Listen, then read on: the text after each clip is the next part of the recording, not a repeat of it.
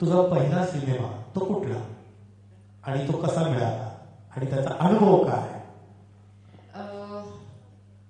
माझी पहिली फिल्म सनई चौघडे, राजीव पाटील. यांची. आणि माझा पोर्टफोलिओ ऍक्च्युली मी अतुल चिदेरकडनं करून घेतला होता आणि अतुलदा was doing the makeup and costume for Sanai Choughade आणि त्याची कास्टिंग चालू होती. तर तुम्ही फिल्म बघितली असेल तर त्याच्यात 5 मुली आणि 5 मुलं अशी त्यांची जोडी कशी जमते त्याच्यावरती फिल्म आहे. ऑफकोर्स काही इश्यूज आहेत त्याच्यामध्ये जे खूप छान पद्धतीने राजीवने हँडल केलेले. आणि मला आठवत आहे पहिल्यांदा तेव्हा एकटी मुंबईत गेली होती मी ऑडिशनसाठी. कारण त्याच्या आधी जेव्हा केव्हा जात होते तेव्हा आई येत होती, पण that was the first time मी गेले होते. तो एक अनुभव कम्प्लिटली वेगळा होता. कारण मी मला नेहमी असं वाटायचं की मुंबई म्हणजे फार काय कुठे काही लांब नसेल. कारण पुण्यात सगळंच 20 मिनिटाच्या अंतरावर असतं. कुठेही जा तुम्ही 20 मिनिटात पोहोचता. मुंबई म्हणजे साधारण 1 तासभर आधी तुम्हाला निघायला लागतं. आणि मला अजूनही आठवतं की माझं गणित इतकं चुकलं होतं. आमचं म्हणजे सिलेक्ट झाल्यानंतर नरेशन जेव्हा सुरू झालं तेव्हा मी इंटरव्ह्यूला पोहोचलो होतो नरेशनच्या. कारण मला अंदाजच आला नाही वेळेचा आणि मी ऑलमोस्ट 1.5 तास उशिरा पोहोचले. पण येस तिथे मी ऑडिशन दिलं, मी सिलेक्ट झाले, आमचं वाचन सुरू झालं and that is how I got सनई चौघडे.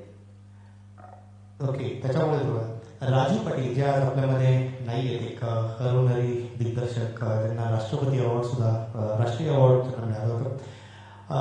यांच्या सोबत काम करण्याचा अनुभव तुमचा कसा राहिला? कारण आज खूप त्याच्याबद्दल बरीचशी चर्चा आहे, कारण तुमचा प्रत्येक सिनेमा हा सुपरहिटच ठरलेला आहे. तर असा एक वेगळा दिग्दर्शक ज्याचं नाव आजही निघतंय, त्याच्या संदर्भातल्या काही आठवणी? Rajiv is a very passionate director. मी पहिल्यांदा जेव्हा काम केलं तेव्हा एखादा शॉट जितका चांगला होऊ शकेल, जितका परफेक्ट होऊ शकेल तितका त्याचा प्रयत्न असायचा. मग त्याच्यासाठी 4 टेक्स असू दे किंवा 10 टेक्स असू दे किंवा 15 टेक असू दे, जोपर्यंत तो टेक किंवा तो शॉट किंवा तो सीन परफेक्ट होत नाही तोपर्यंत तो नेक्स्ट सीन पर्यंत जातच नाही.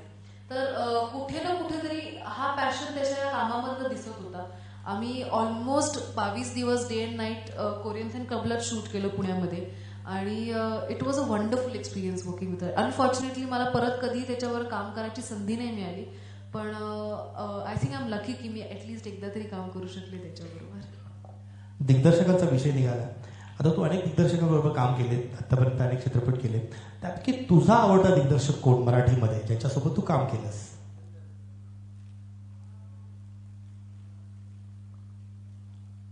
नॉट बिंग बायस्ड, म्हणजे नॉट असं नाही की माझी आता फिल्म रिलीज झाली पण मला वाटतं की ऋषिकेश मोरे जे तुझी माझी लव्ह स्टोरीचे आमचे दिग्दर्शक आहेत, त्यांच्याबरोबर काम करण्यात मला सगळ्यात जास्त मजा आली. कारण हे आहे, कारण प्रत्येक प्रोसेसमध्ये त्यांनी आम्हाला इन्व्हॉल्व्ह केलं, प्रत्येक प्रोसेसमध्ये. म्हणजे right from script reading to costumes to makeup, film झाल्या म्हणजे शूटच्या वेळेस सुद्धा आमचं जे डिस्कशन व्हायचं ते शूटला जायच्या आधी, त्याच्यामध्ये पॅकअप झाल्यानंतर आज काय काय शूट केलं त्याच्यात डिस्कशन, आमचं पोस्ट प्रोडक्शनमध्ये, एडिटिंगमध्ये, प्रमोशनमध्ये मला आणि गौरवला आम्हाला दोघांना सगळ्यांमध्ये इन्व्हॉल्व्ह केलं. त्यामुळे आज मला 4 गोष्टी ऍक्च्युली जास्त कळल्या त्यांच्यामुळे, की फिल्म शूट सुरू व्हायच्या आधी असं पण असतं आणि फिल्म संपल्यानंतर पोस्ट प्रोडक्शनमध्ये असं सुद्धा असतं. So I think that is really great as an actor की मला या सगळ्या गोष्टी कळल्या त्यांच्यामुळे. So I really like that. Good. Hrishikesh More यांच्यासोबत तुला काम करायला आवडलं. प्री प्रोडक्शन आणि पोस्ट प्रोडक्शन दोन्ही शिकलेस. दोन्ही शिकल्यामुळे तुला आता असं वाटत नाही का की आपण दिग्दर्शक बनावं? अजिबात नाही. मी अजून ॲज अन ॲक्टरच सॅटिस्फाय झाली नाही तर दिग्दर्शक खूप लांबची गोष्ट आहे. ॲज अन ॲक्टर मला अजून बऱ्याच वेगवेगळ्या भूमिका करायच्या आहेत आणि मला करायला आवडेल. सो दिग्दर्शक अजून तरी डोक्यात असं काही नाही माझ्या. ऑफकोर्स तुझी माझी लव्ह स्टोरी या सिनेमाकडे आपण येणारच आहोत थोड्या वेळाने, पण त्याच्यापूर्वी आणखीन एका महानायकाबरोबर तू काम केलंयस, महागुरूसोबत तू काम केलेलं आहेस. त्यांचं नाव म्हणजे सचिनजी. सचिनजी यांच्यासोबत मला वाटतं तू 2 प्रोजेक्ट्स केलेत, एकापेक्षा एक. त्याच्यामध्ये तू कॉन्टेस्टंट होतीस डान्समध्ये आणि दुसरा सिनेमा होता त्यांचा तिचा बाप त्याचा बाप. या दोन्ही सिनेमासोबत तू काम केलंस. मग सचिनजी बद्दल थोडीशी आठवण मला नक्कीच आवडेल. सचिन सरांपेक्षा जास्त वर्सटाईल माणूस मी अजून बघितला नाही. म्हणजे आपल्या जर सिनेमाला 100 वर्ष पूर्ण झाली तर 50 वर्षांमध्ये ते होते. म्हणजे इतका एक्सपिरियन्स आहे त्यांच्यामध्ये. ऑफकोर्स जेव्हा पहिल्यांदा त्यांच्या बरोबर काम करायला लागले किंवा आमचा जेव्हा रादर पहिला सीन होता तर इतकी भीती होती. मी मनापासून सांगते, मी तर कम्प्लीट घाबरले होते. जाऊ दे, मला बोलायचंच नाही, मी आपला डायलॉग म्हणते, माझं शॉर्ट ओके करते, मी परत व्हॅनिटीमध्ये जाते. इतकी वाईट हालत झाली होती. पण ते इतके चिल्ड आउट आहेत आणि मे बी त्यांना एव्हरग्रीन ह्याच्यासाठी म्हणतात कारण ते प्रत्येक वयोगटामध्ये आपापल्याला सामावून घेतात. म्हणजे जर 20 ते 30 वयोगटामध्ये जर ते असतील तर ते त्याच प्रकारचे गप्पा मारतात, कधीही सिरियस गप्पा मारत नाही. पण when it comes to talking to the directors किंवा टेक्निशियन मग त्या एक्सपिरियन्स बद्दल बोलतात. मी त्यांच्याकडनं सुद्धा इतक्या छान छान गोष्टी शिकले ना, कारण त्यांनी कॅमेरा जेव्हा डिजिटल नव्हता, एडिटिंग जेव्हा जुन्या काळात कसं व्हायचं ते ह्या सगळ्या गोष्टी सांगितल्यानंतर मी विचार केला की यार आपण किती लकी होत, आपण एकदम ऍडव्हान्स ह्याच्यामध्ये आलो. जिथे आता एडिटिंग पटकन होतं तिथे शूटला रील वापरली जात नाही, डिजिटल वापरलं जातं. सो ह्या सगळ्या गोष्टी त्यांच्या थ्रू आम्हाला जुन्या काळात बघायला मिळाल्या. ओके. सचिनजी कधी चिडले तुझ्यावर एकापेक्षा एक मध्ये?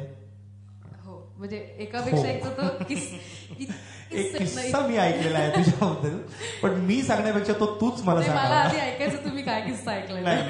तुझे अनेक किस्से, पण एक किस्सा आहे जो मला तुझ्याच तोंडून ऐकायला आवडेल नक्कीच.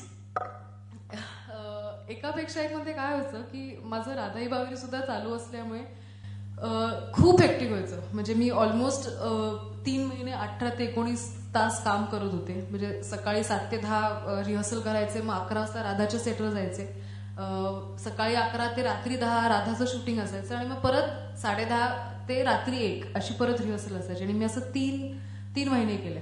तर कधी ना कधीतरी असं होतं की आता नाही, मला रिहर्सलला नाही जायचं, आणि ते नेमकं माझ्या परफॉर्मन्सेस मध्ये दिसायचं.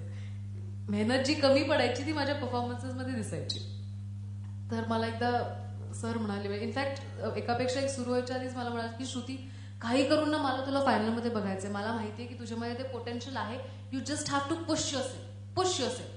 म्हटलं हो सर, हो सर. आणि मला आय डोंट नो कुठला किस्सा prominently, I am not pointing toward any किस्सा, any particular thing, but I had heard about it की एकदम प्रचंड तुझ्यावर चिडले होते आणि ते सगळ्या युनिटमध्ये सगळ्यांना कळालं होतं की ओके श्रुतीवर आज सर चिडलेले आहे. तो किस्सा तोच हा किस्सा म्हणजे जसं मी सांगितलं की एकदा कधीतरी मी आळस केला होता रिहर्सलला आणि I hadn't come up to his expectation एका परफॉर्मन्समध्ये. आणि मला तेव्हा सरांनी खूप ओरडलं होतं. म्हणजे तेव्हा मला खूप राग आला होता, अगदी मनापासून सांगायचं की काय मी इतकी दमलेली असते, मला नाही ते सहन होते, मला नाही करायचं, असं करून मी खूप चिडली होते त्यांच्यावर. ऑफकोर्स ते व्यक्त केलं नव्हतं, पण मी बाकी सगळ्या माझ्या कळतं की मला नाही करायचं, हे काय त्यांना कळत नाही का, इतके माझा हात दुखतात, पाय दुखतात, आणि मग तरी मला सांगतात. Not disturbing you. त्यावेळेस असं माझ्या कानावर आलं होतं की तू सिरियल सोडणार होतीस. सिरियल सोडणार होती? हा, एकापेक्षा एक you are going to quit असं ऐकलं होतं. असं मी असं निर्णय कधीही घेतला नव्हता. म्हणजे हे कुठून ऐकले? हा, मी ऐकलेलं किस्सा. सर तुझ्यावर खूप चिडलेले होते. तुझा I don't know the reason, you told me the reason right now, but that time तू सिरियल सोडणार हे असं सगळ्या युनिटमध्ये पसरलं होतं की नाही श्रुती आता सोडते कारण खूप झालं आता तिच्यासाठी, खूप हेक्टिक होतं, असं काहीतरी असं होतं. नाही, तसं खरं काही नव्हतं, कारण मला दोन्ही खूप प्रिय होते. कारण नृत्य is my passion. Okay. Radhai बावरीमुळे मी लोकप्रिय झाले, त्यामुळे मी कधीही दोन्ही सोडू शकणार नव्हते, माहितीये मला. You know it better. पण तरी एक छानसं गाणं आपण याच्यानंतर ऐकूया. नक्की. ते तुझं आवडतं गाणं असेल.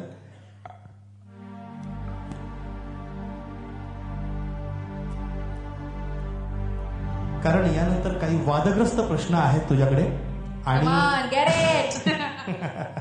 आणि काही माझ्या प्रेक्षकांनी काही चिठ्ठ्या मला आताच कार्यक्रमाच्या अगोदर दिल्या, ज्याच्यावर त्यांनी प्रश्न लिहून पाठवले तुझ्यासाठी. ते मी पाठवलं तुझ्यासाठी. येस.